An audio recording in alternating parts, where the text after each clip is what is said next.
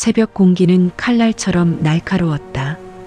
동이 트기도 전 서울 변두리의 좁은 골목길에는 규칙적인 마찰음이 울려 퍼진다. 끼익. 윤하류가 다 말라버린 리어카 바퀴가 비명을 지를 때마다 예순을 훌쩍 넘긴 명권의 어깨는 더욱 깊게 안으로 굽어들었다. 명권은 길가에 버려진 택배 상자를 하나하나 정성스럽게 펼쳐 리어카 위에 쌓았다. 그의 손등은 볏짚처럼 까칠하게 말라 터져 있었고 손톱 밑에는 지워지지 않는 검은 때가 문신처럼 박혀 있었다. 누군가에게는 쓰레기일 뿐인 이 종이 뭉치들이 명권에게는 오늘 하루를 버틸 유일한 생명줄이었다. 그때 저 멀리 골목 끝에서 세련된 엔진 소리가 들려왔다. 명권의 아들 진우와 며느리 혜진의 차였다. 명권은 반가운 마음에 리어카를 세우고 손을 흔들려 했지만 혜진은 창문조차 내리지 않은 채 경적을 신경질적으로 울려댔다. 차가 좁은 골목을 빠져나가며 명권의 옆을 스칠 때 혜진의 차가운 눈빛이 명권의 낡은 목도리에 머물렀다. 명권은 황급히 고개를 숙였다. 자신이 끌고 있는 이 구질구질한 리어카가 잘난 아들의 앞길에 혹여 오점이라도 될까봐 숨이 막혀왔다. 집으로 돌아온 명권이 현관문을 열자마자 들려온 것은 따뜻한 환영이 아닌 날카로운 비명이었다. 며느리 혜진은 거실 한복판에서 코를 싸맨 채 서 있었다. 집안 전체에 퀴퀴한 종이 냄새와 길거리의 먼지 냄새가 진동한다는 이유였다. 혜진은 명권이 정성스레 모아둔 신문지 뭉치를 발로 툭 차며 소리를 높였다. 아버님 제발 좀 적당히 하세요. 동네 창피해서 고개를 못 들겠어요. 이까지 종이 몇 장 모아서 얼마나 번다고 이러세요? 명권은 아무 말 없이 바닥에 흩어진 신문지를 주워 담았다. 그의 떨리는 손끝이 바닥에 닿을 때 혜진은 결정적인 한마디를 내뱉었다. 이럴 거면 차라리 나가서 사세요. 애 기울게 안 좋다고 몇 번을 말해요. 명권은 고개를 숙인 채 입술을 깨물었다. 그가 품속 깊이 소중하게 간직하고 있는 낡은 가죽 지갑 안에는 누구에게도 말하지 못한 무거운 진실이 숨어 있었다. 명권은 떨리는 손으로 가슴팍을 더듬었다. 그 안에서 바스락거리는 종이 한 장의 감촉이 느껴지자 그의 눈동자가 흔들리기 시작했다. 저녁 식사 시간의 공기는 얼음장 같았다. 식탁 위에는 김이 모락모락 나는 찌개가 놓여 있었지만 명권의 앞에는 식어버린 밥 한 공기뿐이었다. 혜진은 아들 민준의 영어 숙제를 봐주며 명권을 유령 취급했다. 아들 진우는 신문을 보는 척하며 이 숨막히는 침묵을 방관했다. 명권은 수저를 들여다 말고 아들의 안색을 살폈다. 진우야, 요즘 사업은 좀 어떠냐? 명권의 조심스러운 물음에 진우는 짜증 섞인 한숨을 내뱉었다. 아버지가 아시면 뭘 아신다고 그러세요. 그냥 폐지나 잘 주우러 다니세요. 그 말은 명권의 가슴에 대못을 박았다. 혜진은 이때다 싶어 식탁 위에 서류 한 장을 툭 던졌다. 경기도 외곽에 있는 한 요양시설의 안내 책자였다. 여기 시설이 그렇게 좋대요. 아버님처럼 소일거리 좋아하시는 분들을 위해서 텃밭도 있고 친구분들도 많고요. 무엇보다 저희 집이 너무 좁잖아요. 혜진의 목소리는 상냥한 척했지만 그 안에는 칼날 같은 거절이 담겨 있었다. 명권은 알고 있었다. 그것은 휴양지로의 초대가 아니라 쓸모없어진 노인을 내다버리는 고려장의 현대판이라는 것을. 명권은 찌개 한 술을 억지로 삼켰다. 목구멍이 꽉 막혀 음식물이 넘어가지 않았다. 밤늦게 화장실을 가려던 명권은 안방에서 새어나오는 아들 내외의 대화를 듣게 된다. 여보, 이번에 당신 사업 자금 모자란 거 아버지한테 좀 물어봐야 하는 거 아니야? 분명 숨겨둔 쌈짓돈이 있을 텐데. 혜진의 말에 진우가 비웃듯 대답했다. 에이, 아버지가 무슨 돈이 있어. 평생 막노동하다가 이제는 폐지 주워 사는데. 아마 그 통장 뻔할걸? 10원 한 장 안 나올 거야. 명권은 문 밖에서 그 대화를 듣고 허탈한 웃음을 지었다. 자식에게 모든 것을 내주고 빈 껍데기만 남은 노인이 겪어야 할 비참함이 파도처럼 밀려왔다. 명권은 방으로 돌아와 낡은 장롱 밑바닥에서 아주 오래된 통장 하나를 꺼냈다. 그리고는 결심한 듯 다음 날 아침 가족들을 거실로 불러 모았다. 그의 표정에는 전에 없던 기묘한 비장함이 서려 있었다. 가족들이 거실에 모이자 명권은 무거운 침묵을 깨고 입을 열었다. 너희가 나를 요양원에 보내고 싶어 한다는 거 잘 안다. 내가 너희에게 짐이 되는 것도 알고. 명권의 목소리는 낮게 떨렸지만 힘이 있었다. 혜진은 뜨끔한 표정을 짓다가도 이내 팔짱을 끼며 고개를 돌렸다. 명권은 품 안에서 빛바랜 비닐 봉투를 꺼냈다. 그 안에는 모서리가 다 달아 해진 통장 하나가 들어 있었다. 내가 평생을 폐지 죽고 막노동하며 모은 돈이다. 너희에게 미안해서 이것밖에 준비를 못했다. 혜진의 눈이 번쩍 뜨였다.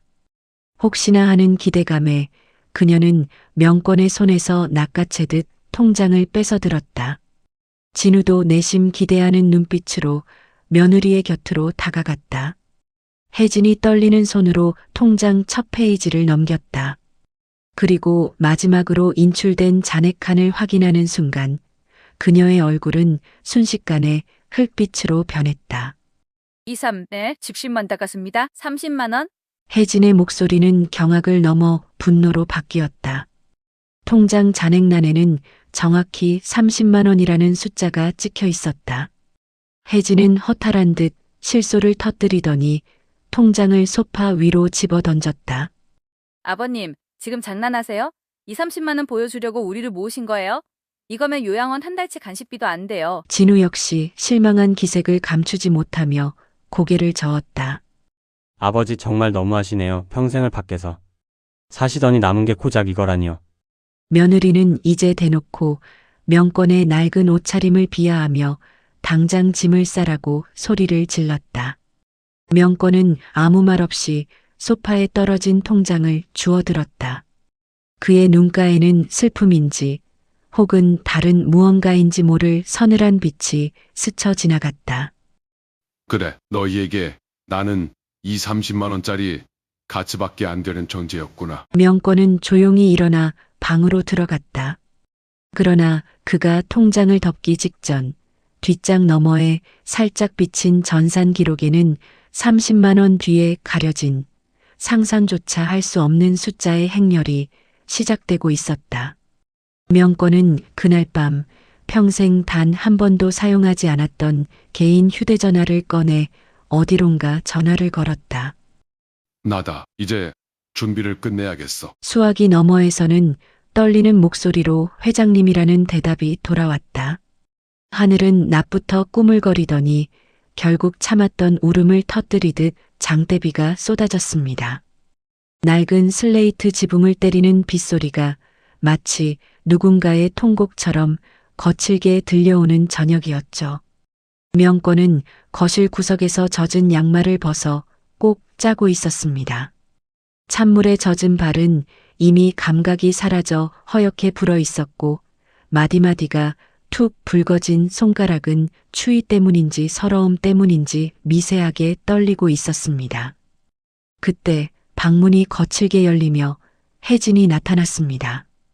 그녀의 손에는 이미 먼지가 뽀얗게 앉은 명권의 낡은 천보따리가 들려 있었죠. 혜진은 그 보따리를 명권의 발치에 툭 던졌습니다. 빗물 섞인 발가락 냄새랑 조기 썩는 냄새 때문에 숨을 못 쉬겠어요, 아버님. 마침 잘 됐네요. 오늘 비도 오고 하니까 사람 부르기도 편하네. 저기 아래 요양원에서 사람 오기로 했으니까 이거 들고 나가 계세요. 명권은 멍하니 발밑에 보따리를 내려다보았습니다. 30년 전 죽은 아내가 내어준 광목천으로 만든 그 보따리 안에는 빛바랜 가족사진 한 장과 낡은 내복 2벌이 전부였습니다. 명권의 눈동자가 갈피를 잡지 못하고 흔들렸습니다. 얘야, 이 비가 오는데 어디를 나가라는 거냐? 내가 내일 날 밝으면 알아서 나가마. 하지만 혜진은 코웃음을 치며 현관문을 활짝 열었습니다. 문틈으로 들어온 차가운 빗줄기가 거실 바닥을 적셨습니다.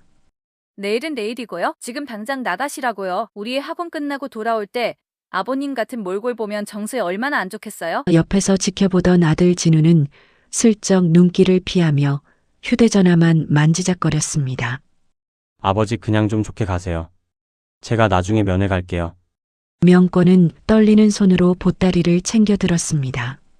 문 밖으로 밀려나가는 그의 등 뒤로 하유소, 시원해? 혜진의 목소리가 빗소리를 뚫고 꽂혔습니다. 현관문이 쾅 닫히는 소리와 함께 명권은 칠흑 같은 어둠 속에 홀로 남겨졌습니다. 쏟아지는 빗줄기가 그의 굽은 등을 사정없이 때렸고 명권은 젖은 안경 너머로 흐릿하게 보이는 골목길을 향해 무거운 발걸음을 뗐습니다. 그런데 그 순간 집 앞 골목 어귀에 정차해 있던 검은색 대형 세단 한 대가 조용히 상향등을 켰습니다. 명권이 빗속으로 사라진 지 3시간째 집안은 정적에 휩싸였습니다. 혜진은 거실 소파에 앉아 아버님이 쓰던 방에 어떤 가구를 놓을지 쇼핑몰을 뒤적이며 콧노래를 흥얼거렸습니다. 하지만 진우는 왠지 모를 불안감에 거실을 서성였죠. 아버지가 두고 간 물건 중에 돈 될 만한 게 정말 하나도 없었을까? 진우의 물음에 혜진은 비웃으며 대답했습니다. 그 통장 봤잖아. 30만 원. 그게 그 영감태희 전 재산이라니까. 폐지 팔아봤자 얼마나 벌겠어. 그때 진우의 발끝에 뭔가가 걸렸습니다. 명권이 급히 나가느라 흘린 듯한 작은 열쇠 꾸러미와 낡은 수첩이었습니다. 수첩은 물기를 머금어 눅눅했고 오래된 종이 냄새와 함께 옅은 장미 비누 향이 났습니다. 진우가 수첩을 펼치자 그 안에는 삐뚤빼뚤한 글씨로 아들과 손주의 생일, 그리고 가족들이 좋아하는 음식들이 빼곡히 적혀 있었습니다. 그리고 마지막 장에는 알 수 없는 일련 번호와 함께 한결이라는 글자가 적혀 있었죠. 이게 뭐야? 한결? 우리 동네에 있는 그 엄청난 빌딩 이름 아니야? 혜진이 눈을 가늘게 뜨며 수첩을 뺏어 들었습니다. 설마 이 노인네가 그 빌딩 청소부라도 했던 거 아니야? 아니면 돈을 빌려줬을 리는 없고. 두 사람은 수첩 속에 꽂힌 낡은 열쇠가 무엇을 여는 것인지 궁금해 미칠 지경이었습니다. 호기심은 금세 탐욕으로 변했습니다. 여보, 혹시 알아? 그 영감님이 어디 지하에 비상금이라도 숨겨놨을지? 그들은 비가 그친 자정 무렵 명권이 평소 폐지를 쌓아두던 동네 외곽의 낡은 창고로 향했습니다. 곰팡이 냄새와 쥐오줌 냄새가 진동하는 창고 안을 손전등으로 비추며 뒤지기 시작했죠. 혜진은 더러운 먼지가 옷에 묻을까봐 연신 인상을 쓰면서도 돈뭉치가 나올까 싶어 구석구석을 살폈습니다. 그러다 구석에 놓인 낡은 괴짝 하나를 발견했습니다. 진우가 떨리는 손으로 아까 주운 열쇠를 꽂아 돌렸습니다. 철컥 소리와 함께 괴짝이 열리자 그 안에는 수백 개의 통장이 묶음으로 들어 있었습니다. 혜진의 비명이 고요한 창고에 울려 퍼졌습니다. 이게 다 뭐야? 이게 다 돈이야? 그러나 통장을 하나하나 확인하던 진우의 안색이 창백해졌습니다. 모든 통장의 잔액은 0원이었습니다. 단 하나 맨 밑바닥에 깔린 황금색 봉투를 발견하기 전까지는 말입니다. 다음 날 아침 진우의 집 앞은 평소와 다른 분위기가 감돌았습니다. 번쩍이는 광택을 내뿜는 검은색 세단 3대가 나란히 주차되어 있었고 그 앞에는 칼날처럼 각이 잡힌 검은 양복을 입은 사내들이 부동자세로 서 있었습니다. 동네 사람들은 커튼 뒤에서 숨죽이며 이 광경을 지켜봤죠.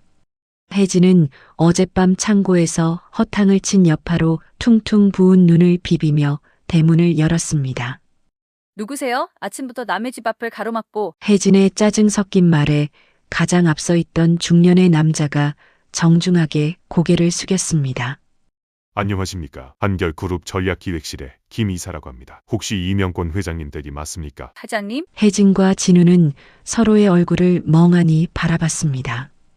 이명권요? 우리 아버님 성함이긴 한데 뭔가 착각하신 거 아니에요? 우리 아버님은 어제 요양원으로 가셨는데요. 김이사의 눈매가 서늘하게 가라앉았습니다. 요양원이요. 저희 회장님께서 어젯밤 늦게 본가로 복귀하시며 가족분들에게 큰 실망을 하셨다는 연락을 받았습니다만 혹시 회장님을 내쫓으신 겁니까? 혜진은 다리가 풀려 대문 손잡이를 꽉 잡았습니다. 한결그룹. 국내 재계 순위 10위권 안에 드는 그 거대 기업의 이름이 이사의 입에서 흘러나온 것이죠. 진우는 식은땀을 흘리며 더듬거렸습니다. 아니 그게. 아버지가 폐지를 줍고 다니시니까 저희는 당연히 치매거나 돈이 없으신 줄 알고.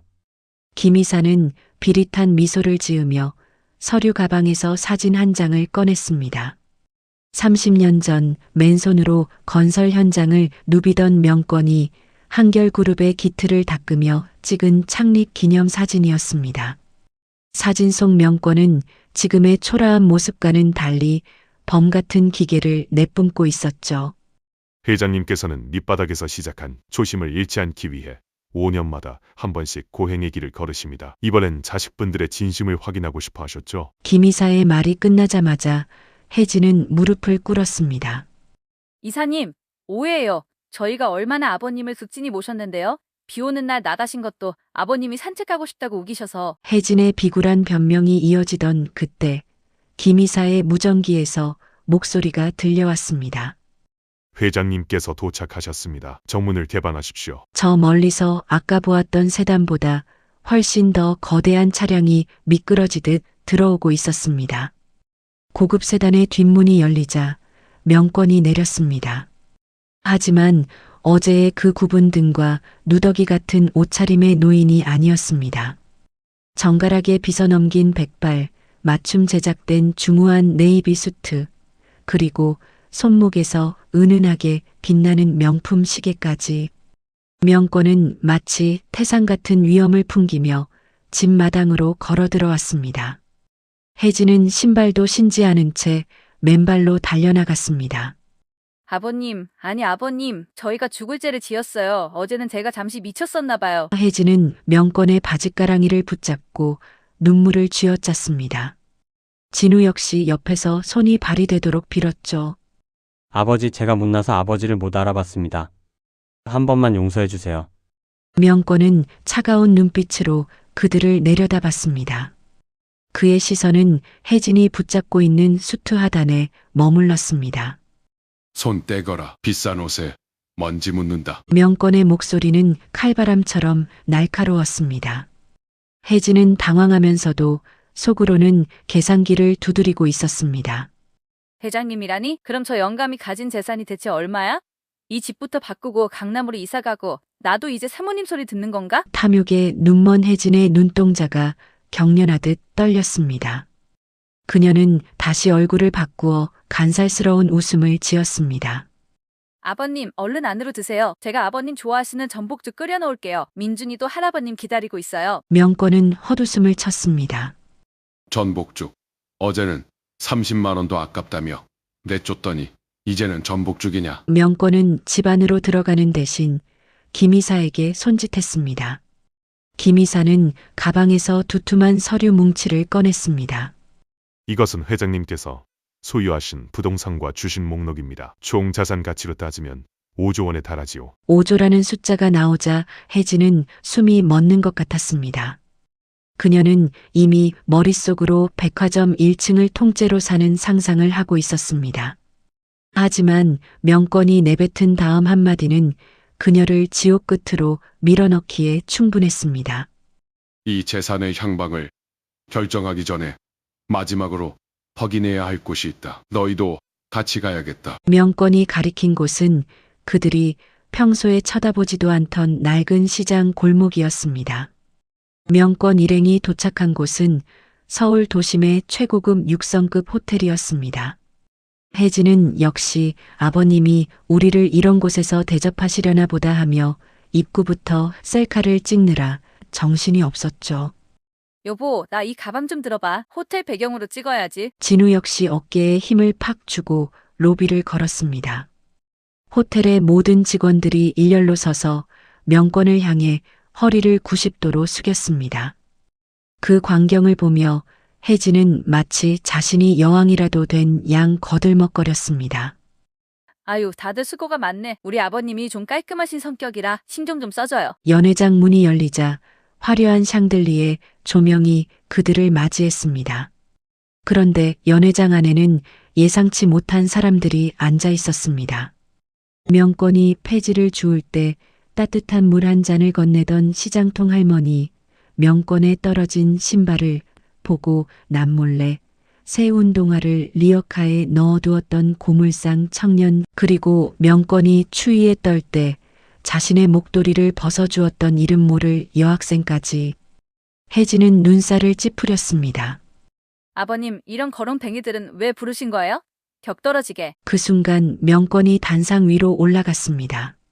마이크를 잡은 그의 손마디가 굵고 단단하게 보였습니다. 오늘 이 자리는 지난 1년간 제가 가장 힘들 때 저를 도와주셨던 진정한 은인들을 모시는 자리입니다. 명권의 시선이 혜진과 진우를 향했습니다. 그리고 동시에 피를 나눈 가족이라는 이름표 뒤에 숨은 악마들을 처단하는 자리이기도 하지요. 연회장의 대형 스크린에 영상이 재생되었습니다. 그것은 어제 저녁 빗속에서 혜진이 명권을 밀쳐내며 폭언을 퍼붓는 장면과 진우가 방관하는 모습이 고스란히 담긴 CCTV 영상이었습니다. 호텔 안의 모든 귀빈들과 은인들이 경악하며 혜진 부부를 쳐다봤습니다. 혜진의 얼굴이 순식간에 사과처럼 붉게 달아올랐습니다. 저 시신민이 가장 입에 쥐는데요? 저건 오해예요. 영상이 편집된 거라고요. 혜진이 비명을 질렀지만 명권의 목소리는 연회장을 압도했습니다. 편집. 내 입으로 내뱉은 30만 원도 아깝다는 말도 편집이냐? 명권은 냉정하게 김이사를 불렀습니다. 발표해라. 김이사가 단상에 올랐습니다. 오늘부로 이명권 회장님께서는 본인 소유의 지분 80%를 사회에 환원하시기로 결정하셨습니다. 특히 노인복지와 빈곤층 지원을 위한 한결 재단을 설립하여 모든 자산을 출연하십니다. 혜진은 귀를 의심했습니다. 뭐라고요? 한원? 그럼 우리 몫은요? 아버님 정신 차리세요. 저 사람들이 아버님 꼬드긴 거죠? 진우도 당황해서 소리쳤습니다. 아버지? 제가 잘못했다니까요.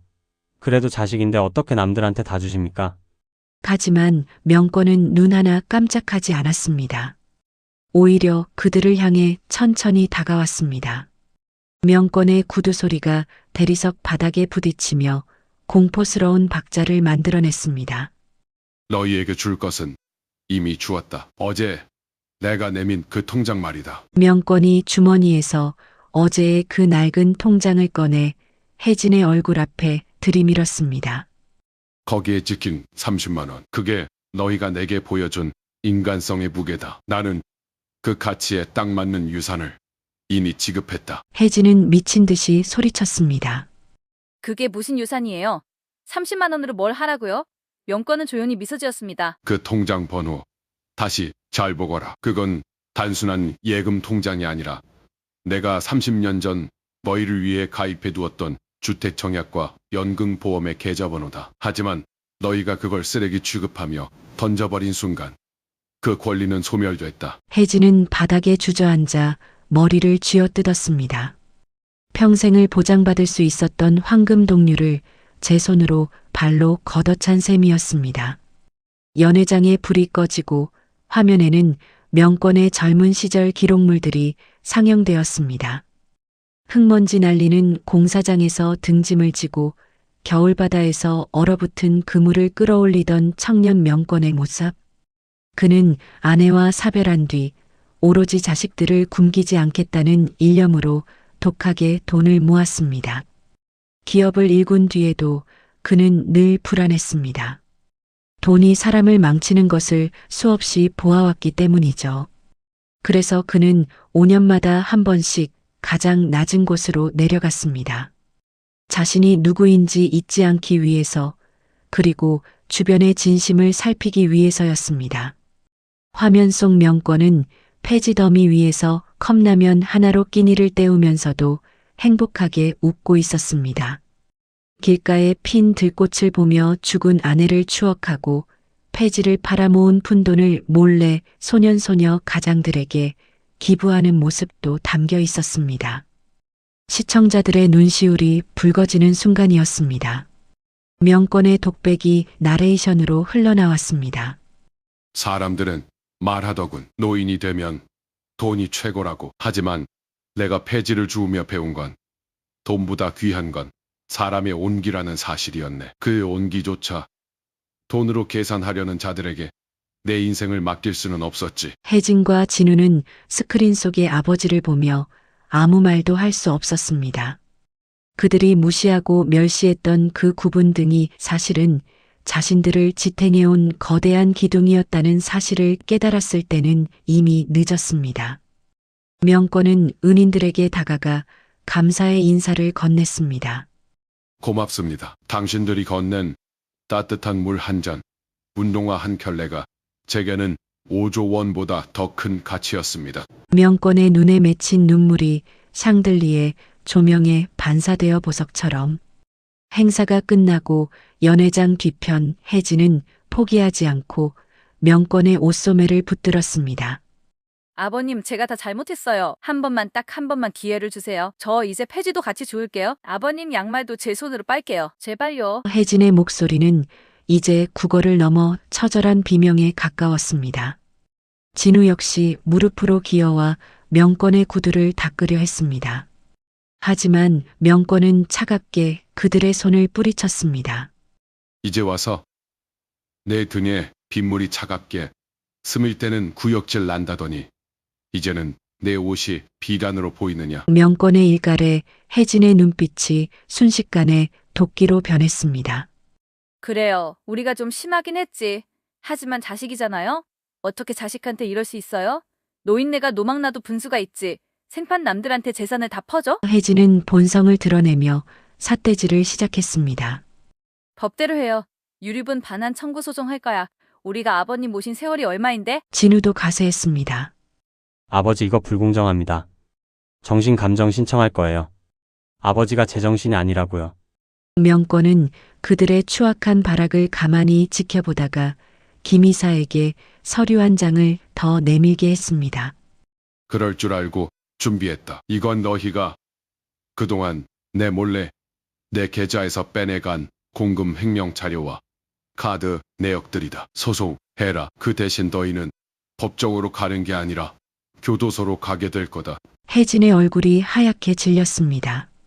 명권은 단 한 번도 그들의 도둑질을 몰랐던 게 아니었습니다. 자식이라 믿고 기다려주었던 마지막 인내심의 끈이 어제 빗속에서 끊어졌을 뿐이었습니다. 명권은 단호하게 뒤를 돌았습니다. 혜진이 다시 달려들려 했지만 검은 양복의 경호원들에게 막혔습니다. 아버님. 혜진의 비명이 빈 연회장에 공허하게 울려 퍼졌습니다. 명권은 호텔 정문을 나서며 밤하늘을 올려다보았습니다. 비가 그친 뒤의 하늘은 유난히 맑고 별이 총총했습니다. 그는 이제야 무거운 짐을 내려놓은 기분이었습니다. 그는 김 이사에게 말했습니다. 그들이 살던 집 내 명의로 되어 있지. 내일 당장 비우라고 해라. 갈 곳이 없으면 요양원이라도 알아보라고 전해주고. 혜진과 진우는 자신들이 명권을 내쫓으려 했던 방식 그대로 길거리에 나앉게 된 것입니다. 사이다 같은 통쾌함이 느껴지는 순간이었지만 명권의 뒷모습에는 쓸쓸함이 배어 있었습니다. 자식을 가슴에 묻는 것보다 더 힘든 것이 살아있는 자식을 끊어내는 일이었으니까요. 명권은 차에 오르기 전 시장 할머니가 싸주신 검은 봉지를 열었습니다. 그 안에는 따뜻한 찐만두 몇 개가 들어 있었습니다. 명권은 만두를 한 입 베어 물었습니다. 화려한 호텔 요리보다 훨씬 더 진하고 깊은 맛이 났습니다. 그래. 이게 사람 사는 맛이지. 명권의 독백과 함께 차는 어둠 속으로 사라졌습니다. 그리고 그 시각 집에서 쫓겨나 짐 가방을 끌고 빗물이 고인 골목을 걷는 혜진과 진우의 모습이 대조적으로 비쳤습니다. 혜진의 구두굽이 부러지며 그녀는 진흙탕에 넘어졌고 그녀가 그토록 아꼈던 명품 가방은 오물에 젖어버렸습니다. 명권이 향한 곳은 화려한 저택이 아니었습니다. 골목 끝 작은 세탁소. 그곳에는 명권의 막내딸이자 집안에서 내놓은 자식 취급받던 미숙이 살고 있었습니다. 미숙은 오빠 진우와 올케 혜진의 구박 속에서도 몰래 명권에게 따뜻한 내복을 챙겨주고 폐지를 줍는 아버지를 부끄러워하지 않고 같이 리어카를 밀어주던 유일한 사람이었습니다. 미숙은 세탁소 안에서 텔레비전 뉴스를 보며 울고 있었습니다. 화면 속 명권이 한결그룹 회장이라는 사실보다 아버지가 그동안 겪었을 고초가 가슴 아파서였습니다. 명권이 세탁소 문을 열고 들어가자 미숙은 달려나와 명권을 껴안았습니다. 아버지, 왜 그러셨어요? 그 고생을 왜 혼자 다 하셨어요? 명권은 미숙의 거친 손을 잡았습니다. 미숙아, 내가 미안하다. 너까지 시험에 들게 해서. 명권은 미숙에게 작은 열쇠 하나를 건넸습니다. 그것은 어제 창고에서 진우가 찾지 못했던 진짜 금고의 열쇠였습니다. 이건 내 엄마가 너를 위해 남긴 거다. 그리고 내가 평생 모은 진심이 담긴 선물이고. 그 열쇠로 연 작은 상자 안에는 돈뭉치가 아닌 전국 곳곳에 세워진 미혼모 쉼터와 노인 무료 급식소의 운영권이 담긴 서류들이 들어 있었습니다. 명권은 딸에게 불을 물려주는 대신 가치 있게 사는 법을 물려주기로 한 것입니다. 미숙은 눈물을 닦으며 웃었습니다. 아버지, 저 이거 정말 잘할 수 있어요. 아버지 이름 더럽히지 않게 할게요. 두 사람의 따뜻한 포옹 위로 낡은 세탁소의 형광등이 포근하게 빛났습니다. 다음 날 뉴스 헤드라인은 온통 한결그룹 이명권 회장의 재산 환원 소식으로 도배되었습니다. 5조 원의 기적, 폐지 줍는 회장님의 위대한 유산. 세상은 칭송으로 가득 찼지만 단 두 사람에게는 지옥 같은 소식이었습니다. 혜진과 진우는 월세 단칸방을 전전하며 서로를 탓하며 싸우기 바빴습니다. 혜진은 진우의 뺨을 때리며 소리쳤습니다.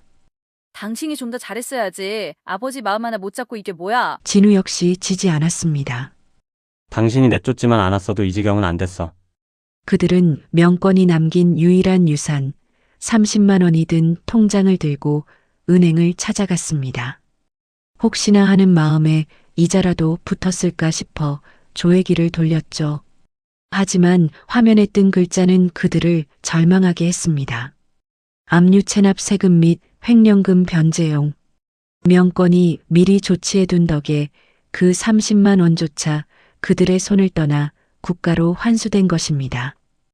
혜진은 은행 바닥에 주저앉아 통곡했습니다. 그때 혜진의 휴대전화로 문자 하나가 도착했습니다.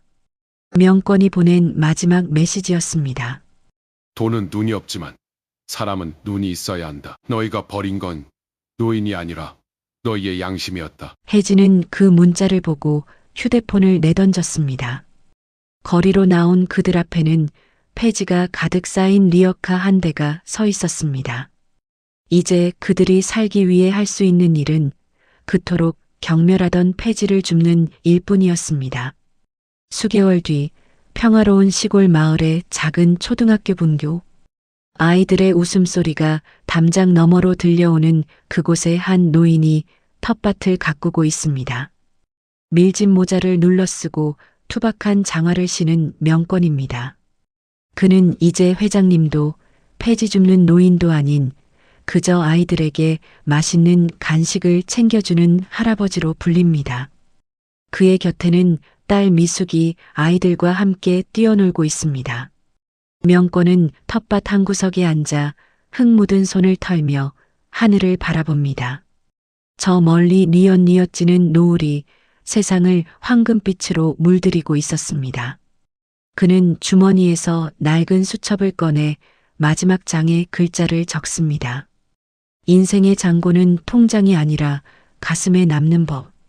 명권은 흐뭇한 미소를 지으며 수첩을 덮습니다. 그의 등 뒤로 아이들이 달려와 안깁니다. 할아버지, 오늘도 이야기해 주세요. 리어카 타던 회장님 이야기요. 명권은 허허 웃으며 아이들의 손을 잡습니다.